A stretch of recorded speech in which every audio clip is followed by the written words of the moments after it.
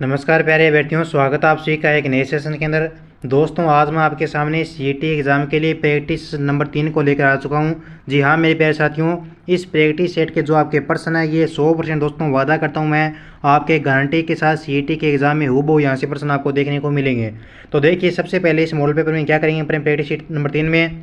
इसमें सबसे पहले राज्य व्यवस्था के क्वेश्चन देखने वाले हमें केवल 7-8 प्रश्न है जो आपके इंपॉर्टेंट है, वही प्रश्न देखेंगे। और इस मॉडल पेपर के जो प्रश्न आपके एग्जाम में नहीं आएंगे उन प्रश्नों को क्या करेंगे, हम छोड़ेंगे। ठीक है, जो प्रश्न आने वाले हैं सिर्फ उन्हीं को देखेंगे। उसके बाद में अपन क्या है, जीके के इंपॉर्टेंट क्वेश्चन देखने वाले हैं। ठीक है, तो देखिए सबसे पहले यहाँ पे आपके सामने पहला क्वेश्चन आ चुका है, हाजिर हो चुका है। पहला प्रश्न पूछा आपसे, वेरी वेरी इंपॉर्टेंट क्वेश्चन है कि राज्यपाल की अनुपस्थिति में उसके दायित्वों का निर्वहन कौन करता है। दोस्तों, विधानसभा का अध्यक्ष करता है, राज्य का मुख्यमंत्री करता है, उच्च न्यायालय का मुख्य न्यायाधीश करेगा, या उपरोक्त में से कोई नहीं। अगर आपके एग्जाम में दोस्तों ये प्रश्न आता है पहला, तो ध्यान में रखना कि राज्यपाल की अनुपस्थिति में उसके दायित्वों का जो निर्वहन करता है दोस्तों वो करेगा आपका उच्च न्यायालय का मुख्य न्यायाधिपति। कौन करेगा? उच्च न्यायालय का मुख्य न्यायाधिपति करेगा। सी नंबर ऑप्शन आपका क्या हो जाएगा, राइट आंसर हो जाएगा। अगला प्रश्न देखिए दोस्तों, अगला प्रश्न आपका क्या है दोस्तों, बहुत ही प्यारा प्रश्न है। 3 नंबर देखिए कि निम्नलिखित में से कौन सा युग्म सही सुमेलित नहीं है। देखिए प्यारे साथियों, आपके एक साइड अनुच्छेद है, दूसरी तरफ उसकी शक्ति दी गई है, तो इनमें से चूज करना है जो आपका ऑप्शन क्या है, सही सुमेलित नहीं है। तो बताओ क्या अनुच्छेद 155 में राज्यपाल की नियुक्ति है? बिल्कुल गुरुजी, अनुच्छेद 155 में राज्यपाल की नियुक्ति है, ये ऑप्शन अपना सही है। अनुच्छेद 163 में राज्य मंत्रिपरिषद का वर्णन है, अनुच्छेद 163 में ये भी सही है। अनुच्छेद 156 में राज्यपाल की नियुक्ति है, तो योग्यता ये आपका क्या गलत है भाई। तो सी नंबर ऑप्शन आपका क्या हो जाएगा, सही सुमेलित नहीं होगा आपका। ठीक है, सी को लो कर दो। आगे चलिए अगला क्वेश्चन देखिए। नेक्स्ट प्रश्न हमारा, राज्य मंत्री परिषद की जवाबदेही होती है। दोस्तों, राज्य मंत्री है वो परिषद के प्रति जवाबदेही होती है। राज्य विधानसभा के प्रति होगी, राज्यपाल के प्रति होगी, भारतीय संसद के प्रति होगी, राष्ट्रपति के प्रति होगी। बताओ, नीचे कमेंट कीजिए कि राज्य मंत्री परिषद की जवाबदेही होती है, किसके प्रति होगी उसकी जवाबदेही। तो मेरे प्यारे साथियों, इसकी जवाबदेही आपके राज्य विधानसभा के प्रति होती है। किसके प्रति? राज्य विधानसभा के प्रति। जो भी साथी ए ऑप्शन को लो करे ना उन सभी का राइट हो जाएगा। आगे देखिए अगला क्वेश्चन नेक्स्ट हमारा, आगे प्रश्न पूछा जा चुका है कि कौन सा कार्य जिलाधीश का नहीं होता। दोस्तों, आयकर का एकीकरण करना, बिल्कुल यही कार्य क्या है दोस्तों, आपके जिलाधीश का नहीं होता है।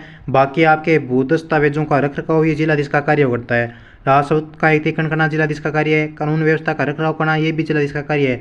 बल्कि आयकर का एकीकरण करना ये आपका जिलाधीश का कार्य का नहीं है। तो ये नंबर ऑप्शन को क्या कर देंगे, सारे बच्चे लो कर देंगे। ठीक है, आगे चलिए अगला प्रश्न देखिए। बलवंत राय मेहता समिति थी दोस्तों, सामुदायिक विकास कार्यक्रम से थी, लोकतंत्र विकेंद्रीकरण पर थी, या पंचायती राज संस्थाओं पर थी, या ग्रामीण विकास पर थी। बलवंत राय मेहता समिति दोस्तों ये किस पर थी, ये पूछा आपसे। तो ये आपके सामुदायिक विकास कार्यक्रम पर थी। एक को दो कर दो। ठीक है, क्या कर दो, एक को दो कर दो। आगे चलिए अगला प्रश्न देखिए। पंचायती राज व्यवस्था क्या है दोस्तों, स्थानीय प्रशासन की है, स्थानीय सरकार की है, ग्रामीण स्थानीय स्वशासन की है, या स्थानीय स्वशासन की है। बताओ लाडलों की पंचायती राज व्यवस्था है ये क्या है। तो ध्यान में रखना दोस्तों, पंचायती राज व्यवस्था ये आपकी ग्रामीण स्थानीय स्वशासन की है। किसकी है? ग्रामीण स्थानीय स्वशासन की आपकी पंचायती राज व्यवस्था होती है। जो भी साथी इसी को लो करे उन सभी का करेक्ट आंसर हो जाएगा। आगे देखिए अगला क्वेश्चन देखिए। राज्य विधानसभा के बारे में विचार करना आपको। क्या इसका समय, राज्य विधानसभा दोस्तों इसका क्या कार्यकाल है, वो आपका 5 वर्ष का होता है। राज्य विधानसभा का दोस्तों आपका कार्यकाल क्या 5 वर्ष का होता है, बताओ। बिल्कुल ये है, एक नंबर ऑप्शन आपका सही है। इसकी अध्यक्षता मुख्यमंत्री करता है, ये आपका गलत है। इसका जनता द्वारा प्रत्यक्ष रूप से निर्वाचन होता है, ये सही है। राज्यपाल को इसके विघटन का अधिकार है, ये भी सही। यानी 1, 3 और 4, 1, 3, 4 सही है। ये आपका डी नंबर ऑप्शन आपका क्या हो जाएगा, राइट हो जाएगा। आगे देखो अगला प्रश्न।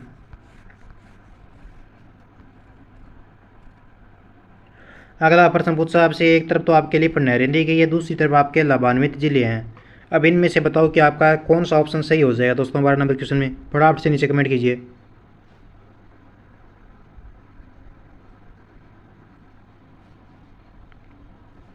देखिए, जैन व्यास लिपट नहर है, ये किन को लाभान्वित करती है, तो ये आपके जोधपुर जैसलमेर को लाभान्वित करती है। ठीक है, 1 का 3 से, 1 का 3 से ये रहा। ठीक है, चौधरी कुंभाराम है, चौधरी कुंभाराम गुरु जी अपने हनुमानगढ़ चूरू में बहती है, बिल्कुल सही है, बी हो जाएगा आपका सही। ठीक है, पन्नालाल बारूपाल का संबंध किससे है, इसका संबंध आपके बीकानेर नागौर से है। इनको लाभान्वित करती है। सी का एक ये हो जाएगा, सही है। डी डॉक्टर करनी चाहिए जोधपुर और बीकानेर को, डॉक्टर करनी चाहिए गुरुजी जोधपुर और बीकानेर, यानी डी का 2 ये सही है। यानी ए नंबर ऑप्शन आपका क्या हो जाएगा, 12 नंबर प्रश्न का सही आंसर हो जाएगा। ठीक है, आगे देखिए अगला चित्र, अगला प्रश्न खनिज पूछे हैं और इनका जो जहाँ से खनन होता है वो पूछा है।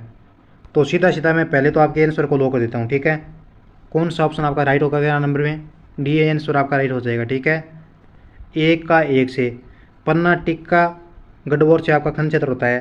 तांबड़ा का दोस्तों आपका खनन क्षेत्र आपके राजमहल बागेश्वर से होता है। मैग्नीज का खनन क्षेत्र आपके कहाँ से होता है, लीलवाड़ा काला खुंटा से होता है। तांबा का आपका खनन क्षेत्र कोलन भगोनी से होता है। ठीक है, आगे प्रश्न देखो, अगला प्रश्न भारत में महायान संप्रदाय के साहित्य की भाषा कौन सी थी। तो इसके साहित्य की भाषा आपके संस्कृत है। कौन सी है दोस्तों, संस्कृत है। ए को लो कर दो। आगे देखो अगला क्वेश्चन नेक्स्ट हमारा, सहरिया जनजाति है दोस्तों, इसका क्षेत्र कौन सा है। सहरिया जनजाति का क्षेत्र आपका कौन सा है, नीचे कमेंट कीजिए प्यारे विद्यार्थियों। सहरिया जनजाति का क्षेत्र कौन सा है, तो सहरिया जनजाति का क्षेत्र आपका डूंगरपुर है। ठीक है, एक का 3 से हो जाएगा। ठीक है, ग्रासिया जनजाति का क्षेत्र कौन सा है, तो ग्रासिया जनजाति का क्षेत्र आपके उदयपुर सिरोही में है, ग्रासिया। ठीक है, डामोर कहाँ पे पाई जाती है, डामोर जनजाति दोस्तों आपके डूंगरपुर और बांसवाड़ा में पाई जाती है। ठीक है, मीणा जनजाति आपके जयपुर और दौसा जिले में पाई जाती है। तो आपका राइट आंसर हो जाएगा B number option. 17 number question का जिन साथियों ने बी को लॉक किया उनको सभी का राइट आंसर हो जाएगा। ठीक है, थोड़ा विस्तार से मैं आपको बता देता हूँ। देखिए, सहरिया जनजाति ये राजस्थान के बाराकोटा डूंगरपुर में पाई जाती है। ग्रासिया जनजाति पाली चुरई उदयपुर डूंगरपुर में पाई जाती है। डामोर जनजाति डूंगरपुर और बांसवाड़ा में मिलती है। मीणा जनजाति जयपुर और दौसा में मिलती है। ठीक है, आगे देखिए अगला क्वेश्चन नेक्स्ट हमारा क्या पूछा है।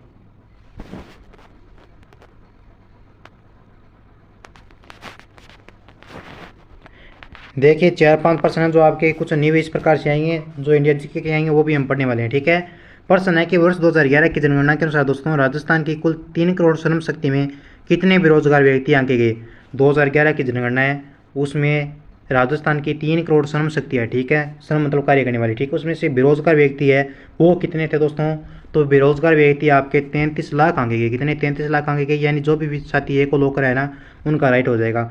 अगला प्रश्न देखिए कि निम्न में से किस हड़प्पाकालीन स्थल से हल्के टेराकोटा प्राप्त हुए हैं। हल्के साक्ष्य कहाँ से मिले हैं, धोलावीरा, बनावली, कालीबंगा, लोथल या उपरोक्त में से कोई नहीं, या उपरोक्त में से एक से अधिक बताओ। दोस्तों बनावली है ना, बनावली ये हरियाणा के हिसार जिले में स्थित है और यहाँ से 2 सांस्कृतिक वस्तुओं के अवशेष मिले हैं। हड़प्पा पूर्व हड़प्पाकालीन सभ्यता की खुदाई यहाँ से जो आपके 1973 में हुई, उसमें रविंद्र सिंह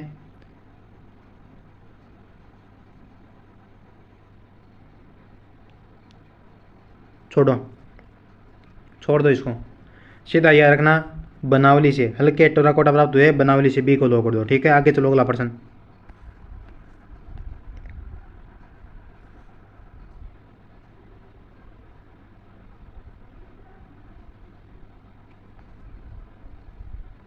डॉक्टर सीवी रंगराजन विशेषज्ञ दल की रिपोर्ट 2014 के अनुसार दोस्तों 2011-12 में राजस्थान की कुल जनसंख्या में लगभग कितने व्यक्ति निर्धन आके गए हैं। प्रश्न नहीं आएगा लेकिन फिर भी आपको यह क्वेश्चन पता होना चाहिए। तो निर्धन व्यक्ति है दोस्तों वो आपके आंके गए हैं कितने, 1.91 करोड़। बी को लो कर दो। ठीक है, बी को क्या कर दो, लो कर दो। आगे चलो अगला प्रश्न देखो। अरे कोट वाले प्रश्न क्यों दे रखे हैं इसने, ये इतने प्रश्न नहीं आएंगे, कोई 3-4 प्रश्न नहीं पूछे जाएंगे कोट वाले।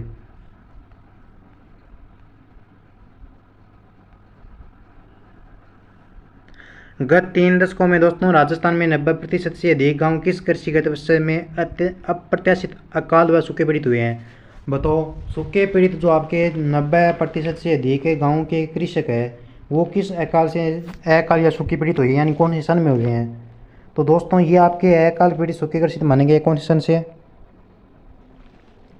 2002-3 में। ठीक है, 2002-3 में आपके अप्रत्याशित अकाल एवं सूखे पीड़ित हुए हैं। ए को लो कर दो दोस्तों। आगे चलो अगला प्रश्न देखो।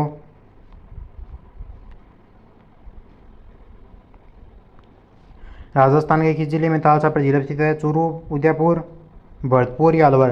दोस्तों तालछापर ये राजस्थान के किस जिले में है, बहुत ही प्यारा क्वेश्चन पूछा है, वेरी वेरी इंपॉर्टेंट है।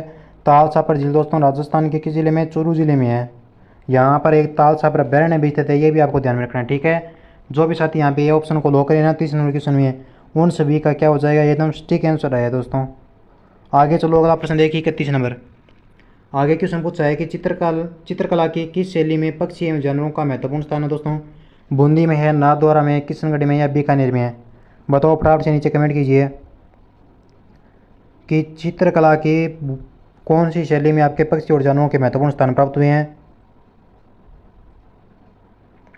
तो बूंदी शैली में पक्षी एवं जानवरों के महत्वपूर्ण स्थान है, बूंदी शैली में है, ठीक है, ए को लो कर दो। अगला प्रश्न देखिए कि बीड़ है ये किन जिलों में पाई जाती है। बीड़ कोटा, बूंदी, सिरोही, जयपुर, अलवर, टोंक, सीकर, जोधपुर, बीकानेर या भीलवाड़ा, अजमेर, पाली। बीड़ आपने सुना होगा, जहाँ पर मतलब कोई घर वगैरह वो ना हो, कंटीले झाड़ियाँ जो सर्वाधिक मात्रा में पाया जाता हो, कोई डरावना एरिया हो, उसको बीड़ कहा जाता है आपके। तो बीड़ आपके सीकर, जोधपुर और बीकानेर में पाया जाता है, ठीक है। सीकर, जोधपुर, बीकानेर, सी को लो कर दो। अगला प्रश्न देखिए, राजस्थान में एक उन्नत जल प्रबंधन प्रणाली का पता चलता है। धोलावीरा में, लोथल, कालीबंगा या आलमगीरपुर में। हड़प्पा में एक उन्नत जल प्रबंधन प्रणाली का पता कहाँ से चला है। तो ये चलता आपके धोलावीरा में, ए ऑप्शन को लो कर दो दोस्तों। अगला प्रश्न देखिए कि राजस्थानी संस्कृति में जनेऊतन क्या है। भूमि का माप है, एक प्रकार का लोकगीत है, या एकर शिकर है, या वृक्ष पक्ष की ओर से दिया जाने वाला भोज है। तो प्यारे साथियों, राजस्थान संस्कृति में जनेऊतन का अर्थ होता है दूल्हे की तरफ से जो आपका रात्रि में जो आपका भोज दिया जाता है, ठीक है। डी को लो कर दो। आगे देखो वाला क्वेश्चन नेक्स्ट हमारा, भील जनजाति में कछाऊ कौन पहनता है दोस्तों। लड़का पहनता है, बालक है, पुरुष या महिलाएं। तो भील जनजाति में दोस्तों कछाऊ भील स्त्रियों द्वारा पहना जाने वाला वस्त्र है, ठीक है, जो घुटने के नीचे तक पहना जाने वाला है। डी को लो कर दो। अगला प्रश्न देखिए, कछाऊ कौन पहनता है, ये पूछा है। कछाऊ महिलाएं पहनती है आपकी, ठीक है। डी को लो कर दो। राजस्थानी संस्कृति में ओलंदी क्या है। ओलंदी कोई लड़की इनको ब्याह करा पा रिश्तों करा ब्याह मरना भी ऐसा कोई लड़की भेजते भी नहीं कहे। अगला प्रश्न है, चंदोजी का गड्ढा था बोडीगामा स्थान किसके लिए विख्यात है। मीनाकारी के लिए, जाजम छपाई के लिए, कुंदन कला के लिए, तीर कमान के निर्माण के लिए। चंदोजी का गड्ढा था बोडीगामा स्थान है, ये किसके लिए विख्यात है दोस्तों। तो मेरे प्यारे साथियों, ये आपके तीर कमान निर्माण के लिए विख्यात है, ठीक है। जो साथी डी को लो करे ना उन सभी का राइट आंसर हो जाएगा। अगला प्रश्न है कि बल्य आभूषण कहाँ पहना जाता है। सिर पर, नाक पर, कान में या हाथों में। दोस्तों बल्य आभूषण कहाँ पर पहना जाता है, तो ध्यान में रखना, बल्य आभूषण आपका पहना जाता है कहाँ पे, फटाफट से नीचे कमेंट कीजिए। रोजी बल्य आभूषण हाथी दांत व रबड़ से निर्मित चूड़ियाँ होती है जो हाथों में पहनी जाती है। बिल्कुल प्यारे साथियों, डी नंबर ऑप्शन आपका राइट ऑप्शन होना चाहिए, ठीक है। आगे देखो अगला प्रश्न, अमरावती स्तूप का निर्माण किस काल में हुआ था। बोलने में दिक्कत है मुझे पता है, कोई दिक्कत नहीं है, लेकिन फिर भी मैं आपको पढ़ाने की चेष्टा कर रहा हूँ, ठीक है। ढंग से नहीं बोला जा रहा है, उसके बावजूद भी मैं आपके लिए यहाँ पे कलेक्शन कर रहा हूँ। अमरावती स्तूप का निर्माण किस काल में हुआ। मौर्य, सातवाहन, वर्धन या गुप्त। तो अमरावती बौद्ध स्तूप की खोज 1797 ईस्वी में कॉलिन मैकेजी ने की थी, ठीक है। किस काल में हुआ, सातवाहन काल में।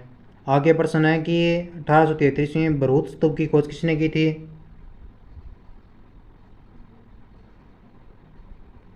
कनिंघम ने की, डी को लो कर दो। आगे चलो,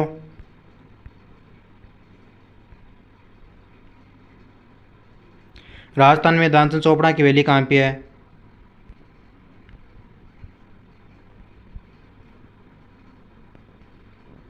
दोस्तों इस क्लास को यहीं पे समाप्त कर देते हैं क्योंकि ज़्यादा बोला नहीं जा रहा है, थोड़ी ढंग से क्लास को नहीं की गई, लेकिन फिर भी मैं इस क्लास को आपके अपलोड करूँगा। लेकिन आगे का जो वीडियो है अगला, उसमें मैं बाकी के जो जितने भी क्वेश्चन बचते हैं ना वो मैं आपके करवा दूँगा, ठीक है। तो आप इस क्लास को थोड़ा अटेंड कर लेना और पूरा देखना। अब मिलेंगे जल्दी अगले वीडियो में, तब तक खुश रहिए, मस्त रहिए। जय हिंद, जय भारत।